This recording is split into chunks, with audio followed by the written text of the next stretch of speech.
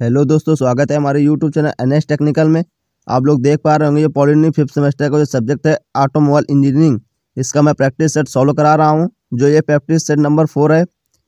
चलिए स्टार्ट करते हैं इसको। आप लोग देख पा रहे होंगे यहाँ पर सॉल्व पेपर, मॉडल पेपर है ये देखिए पंचम सेमेस्टर यानी 5th सेमेस्टर का जो ऑटोमोबाइल इंजीनियरिंग है। चलिए इसको स्टार्ट करते हैं। देखिए नेक्स्ट फर्स्ट क्वेश्चन क्या कह रहा है, अधिचक्रित gear box epicyclic gear box का सचित्र समझाइए। क्या अधिचक्रित गियर बॉक्स में एक वाह चक्री गियर का प्रयोग किया जाता है, इसके साथ 3 अन्य ग्रह गियरों का प्रयोग किया जाता है। यह गियरों की संख्या आवश्यकता के अनुसार 2 या 4 रखी जा सकती हैं। इस गियर बॉक्स में एक सूर्य गियर होता है। यह गियर के चारों ओर यह ग्रह गियर घूमते रहते हैं। इस गियर बॉक्स में ग्रह गियर एक शाफ्ट तथा वाहक पर फिट किए जाते हैं। आप लोग देख पा रहे होंगे ये बीच में सेटिंग जैसे ये लगी है, ये सूर्य गियर है, और जो अगल बगल इसके गियर लगे हैं ये ग्रह गियर है। ये एक सूर्य गियर शाफ्ट में फिट किए जाते हैं। देखिए ये क्या दिया गया, इंपॉर्टेंट नोट्स क्या दिया गया है। इन सभी ग्रह गियरों के दांतें एक आंतरिक गियर के दांतों के साथ मैच करते हैं।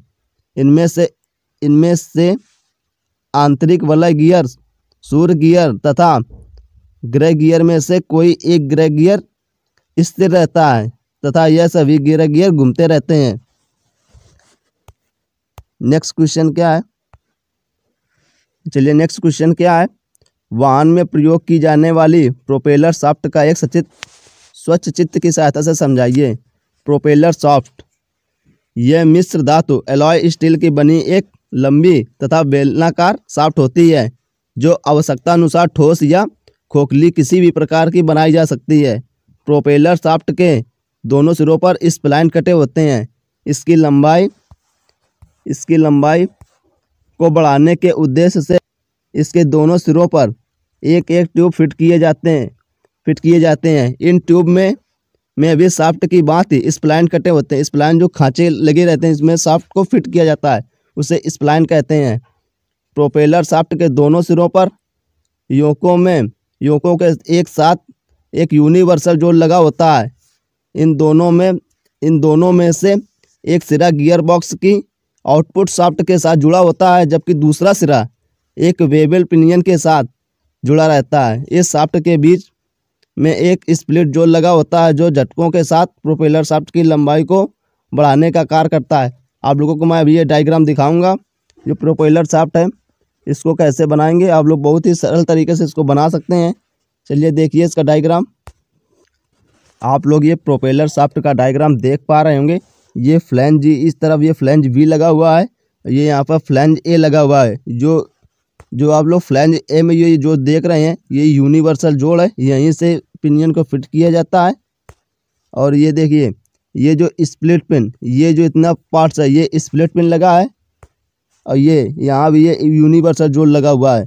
आप लोग इस फ्लैंज को देख लिया होगा, ये बहुत ही सरल है। पेपर में आए तो इसको प्लीज़ ज़रूर बनाएं। चलिए नेक्स्ट क्वेश्चन क्या है, यूनिवर्सल जॉइंट को स्वच्छ चित्र की सहायता से समझाइए।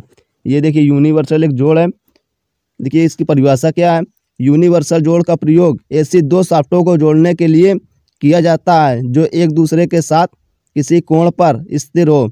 सामान्य तौर पर यह कोण 5 अंश से 30 अंश के मध्य होना चाहिए। किसी वाहन में जोड़ का प्रयोग चालक शाफ्ट, ड्राइवर शाफ्ट तथा चलित शाफ्ट, ड्रिवन शाफ्ट को एक साथ जोड़ने के लिए किया जाता है। जिन शाफ्ट को इस जोड़ की सहायता से जोड़ना हो उनके जोड़ वाले सिरों पर कुंजी की सहायता से एक एक चिमटा लगा दिया जाता है। इन दोनों चिमटों को आपस में एक पिन की सहायता से जोड़ दिया जाता है। ये चिमटे मृदु इस्पात, माइल्ड स्टील या ढलवां लोहा, कास्ट आयरन के बने होते हैं। आप लोग इसका डायग्राम देख लिया होगा या देख पा रहे होंगे। देखिए इसमें यहाँ पर आप लोग देख पा रहे होंगे ये प्रथम शाफ्ट यहाँ पर लगी है, ये तीसरी शाफ्ट है, तीसरी शाफ्ट या दूसरी शाफ्ट इसे कह सकते हैं। ये मध्य वाली प्रोपेलर शाफ्ट है, जो आप लोग ऊपर प्रोपेलर शाफ्ट देख लिया है। ये यहाँ पर ये जो जॉइंट लगे हैं ये यूनिवर्सल जोड़ लगे हैं, इसे सदा सत्य जोड़ बोलते हैं। चलिए देखिए नेक्स्ट क्वेश्चन क्या है। स्टीयरिंग प्रणाली से आप क्या समझते हैं। स्टीयरिंग, जो वाहन में स्टीयरिंग होती है जिसकी सहायता से पूरी वाहन को कंट्रोल किया जाता है, उसी को स्टीयरिंग कहते हैं, वही स्टीयरिंग है। स्टीयरिंग प्रणाली एक ऐसी प्रणाली है जिसका प्रयोग गतिमान वाहन के अग्रपहिए को नियंत्रित करने के लिए किया जाता है। स्टीयरिंग किसी वाहन का अभिन्न अंग है जिसके बिना किसी भी वाहन को चलाना या नियंत्रित करना चलाना संभव नहीं है। यह ड्राइवर की सीट के ठीक आगे स्थापित किया जाता है। एक अच्छी स्टीयरिंग प्रणाली में निम्नलिखित गुण होने चाहिए। फर्स्ट क्या, इसको ऑपरेट करना सरल होना चाहिए। यह आवश्यकता अनुसार स्वयं ही एडजस्ट होने वाला होना चाहिए। इसके प्रयोग में ड्राइवर को थकान का अनुभव नहीं होना चाहिए। फोर्थ क्या है, सड़क पर गड्ढे इत्यादि के झटके इसके द्वारा स्टीयरिंग व्हील तक नहीं पहुंचने चाहिए। और फिफ्थ क्या, इसकी कार्य प्रणाली झटके इत्यादि के कारण प्रभावित नहीं होनी चाहिए। स्टीयरिंग प्रणाली ऐसी होनी चाहिए ताकि उसमें गति की दिशा को स्थायित्व प्रदान किया जा सके। देखिए नेक्स्ट क्वेश्चन क्या है, ब्रेकिंग सिस्टम क्या है। एक अच्छी ब्रेक प्रणाली में कौन कौन से गुणों का होना आवश्यक है।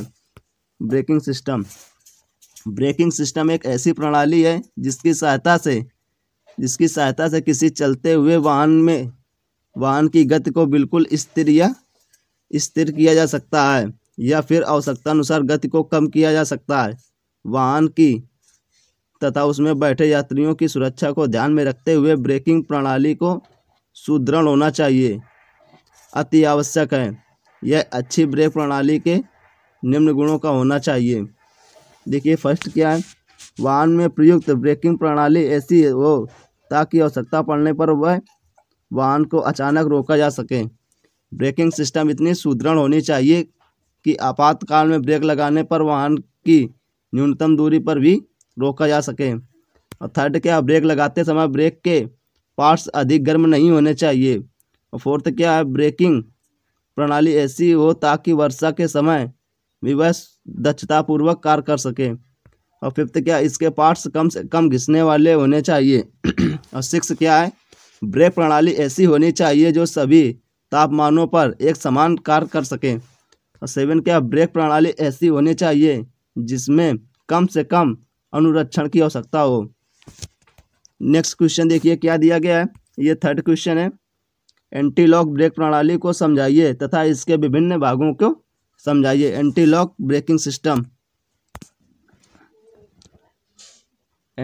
ब्रेक सिस्टम देखिए, जब किसी गतिमान वाहन में किसी फिसलने वाली सड़क पर अचानक ब्रेक लगाया जाता है तो वाहन तुरंत नहीं रुकता है, बल्कि उसके पहिए कुछ देर तक फिसलने के पश्चात रुकते हैं।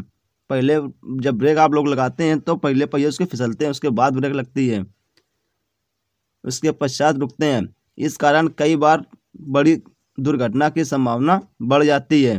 ऐसी स्थिति से बचने के लिए वाहन में एंटी लॉक ब्रेक प्रणाली का प्रयोग किया जाता है। जब तेज गति से चलते समय वाहन में अचानक ब्रेक लगाया जाए तो उसके पहिए लॉक हो जाते हैं, परंतु जड़त्व बल के कारण वाहन पहिए सहित आगे की ओर स्लिप हो जाते हैं। यह दुर्घटना हो सकती है, परंतु यदि वाहन में एंटी लॉक ब्रेक प्रणाली लगी हो तो इस प्रकार की संभावना से बचा जा सकता है। एंटी लॉक ब्रेक प्रणाली में के कुछ मुख्य निम्नलिखित 4 भाग होते हैं। फर्स्ट क्या दिया गया है, गति संवेदन स्पीड सेंसर, सेकंड है वॉल्व, और थर्ड क्या है पंप, और फोर्थ क्या है विद्युत नियंत्रण unit electric control unit.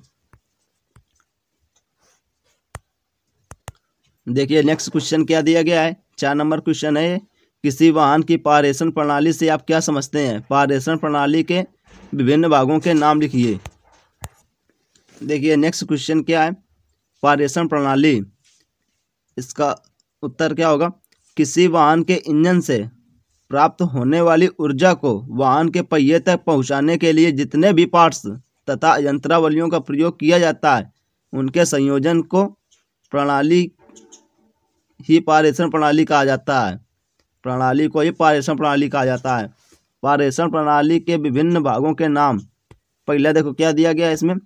First name क्या है इसका, आप लोग देख पा रहे होंगे। फर्स्ट नेम है क्लच, सेकंड क्या है गियर बॉक्स, और थर्ड क्या है प्रोपेलर शाफ्ट, और फोर्थ क्या है एक्सल यानी धुरे, एक्सल है। फोर्थ क्या है एक्सल, और फिफ्थ क्या है स्टेयरिंग, स्टेयरिंग और व्हील होगा। और इसके बाद क्या है ये पहिए एवं टायर। आप लोग इसको देख लिया होगा। चलिए नेक्स्ट क्वेश्चन क्या दिया गया है, घर्षण क्लच। फ्रिक्शन क्लच को समझाइए।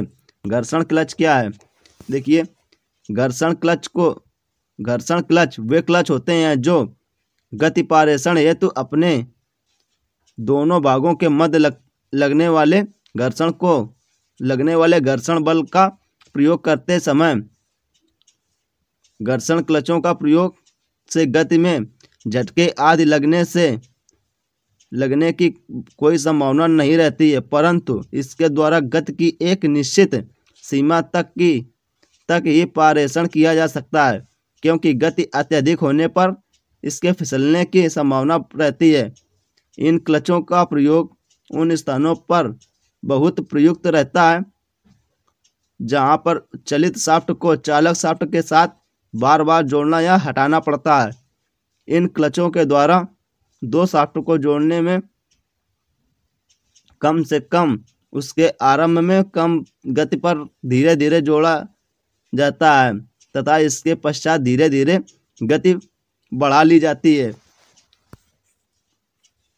देखिए क्या इसके घर्षण क्लच मुख्य रूप से निम्नलिखित 3 प्रकार के होते हैं। फर्स्ट क्या है प्लेट क्लच, सेकंड क्या है संघ क्लच, और थर्ड क्या है अपकेंद्री क्लच। नेक्स्ट क्वेश्चन क्या है, बैटरी में प्रयुक्त होने वाले दोषों के नाम लिखिए। बैटरी में जो दोष होते हैं इससे बैटरी खराब हो जाती है, कौन कौन से हैं।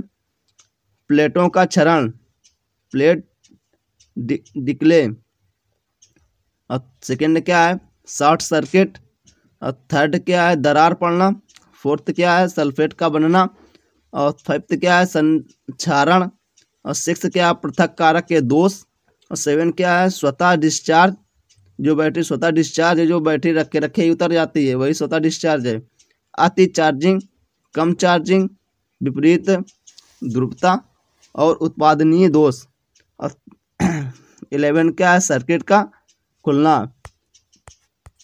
देखिए नेक्स्ट क्वेश्चन क्या है, ये फिफ्थ क्वेश्चन क्या है सीवीटी का फुल फॉर्म क्या है, कंटिन्यूजली वेरिएबल ट्रांसमिशन सिस्टम से आप क्या समझते हैं। ये कितने प्रकार के होते हैं, लगातार परिवर्तनशील ये क्या दिया गया है लगातार परिवर्तनशील प्रणाली, कंटिन्यूसली वेरिएबल ट्रांसमिशन सिस्टम।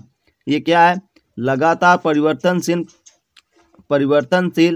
पारेषण प्रणाली, जिसे सीवीटी सिस्टम का एक ऑटोमेटिक पारेषण प्रणाली है जिसमें गियर अनुपात, गियर रेशियो की एक सीमा यानी रेंज को आसानी से प्राप्त किया जा सकता है।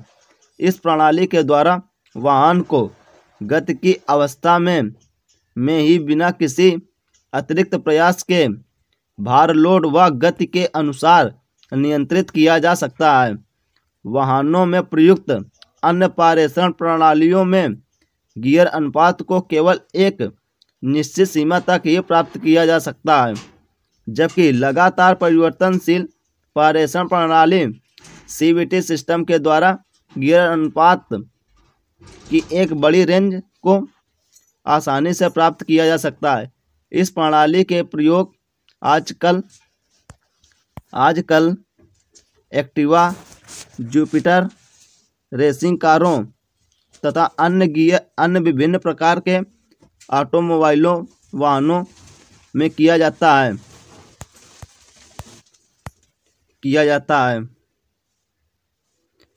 इस प्रणाली के